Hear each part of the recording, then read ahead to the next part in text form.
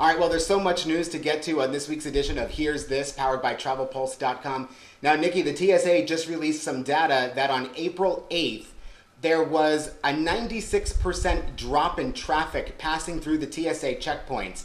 Just shy of 95,000 people actually went through, and that's a deficit of 2.3 million travelers from April 8th, 2019. This is unbelievable and unprecedented in our lifetime. I mean, this is absolutely, it's crazy. It really is crazy. And I mean, to think that only 95,000 people were flying around on Wednesday, and a year ago, 2.3 million people were. I'm happy to hear that some people are at least listening to the stay-at-home orders, but I'm also worried because there's a lot of people who aren't. There's a lot of people who aren't, and I also think that we should really make this clear. Some of those flights are doctors, nurses, True. medics, EMTs, Cargo.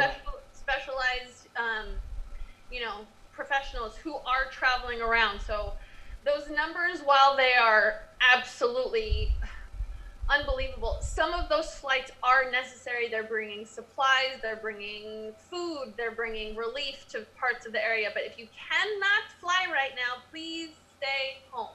I agree. Now, speaking of flying, Delta Airlines is telling their flight attendants who test positive for coronavirus not to tell their coworkers that they have tested positive. Now, the Huffington Post received an internal memo where they said, please refrain from notifying other crew members on your own, because they want to be the ones to tell the flight attendants that you may have worked with someone who tested positive. Does that make any sense to you?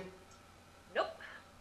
Here's the thing. We need to take care of our flight attendants. We need to take care of our professionals. We need to take care of each other. This is such an extraordinary time, and not communicating and keeping secrets and misinformation is just going to exacerbate this problem and make it go longer.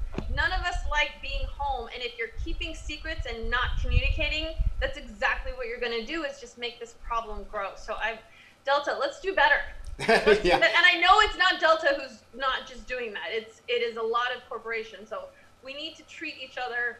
We just need to do better. Well, it's funny because, Delta's slogan is keep climbing. And it's like, well, to what heights are you trying to strive and climb for if at the same time you're keeping people in the dark when their health is at risk?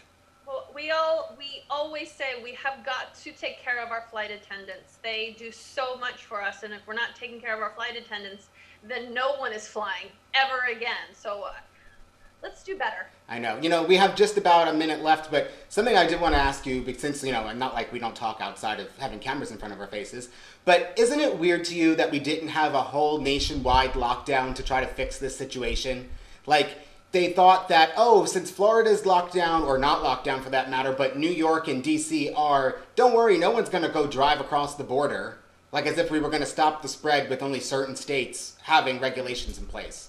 I know, and here's what the sneaky thing about this little bugger is that some people don't carry any symptoms, and it incubates in you for sometimes up to 2 weeks, so you don't know if you have this, and it manifests in everyone very differently. Yeah. So I think that if you're at a party, if a friend of mine went to a family birthday party, everybody got sick, but got sick 2-3 weeks later. Yeah. So I just think we all have to collectively, as a whole, again, communicate, make clear rules for everybody, because the longer we don't follow the rules, the longer we're going to have to be doing this. I agree. And no one likes this. So I feel like the sooner we stay home, the sooner we can get out of home.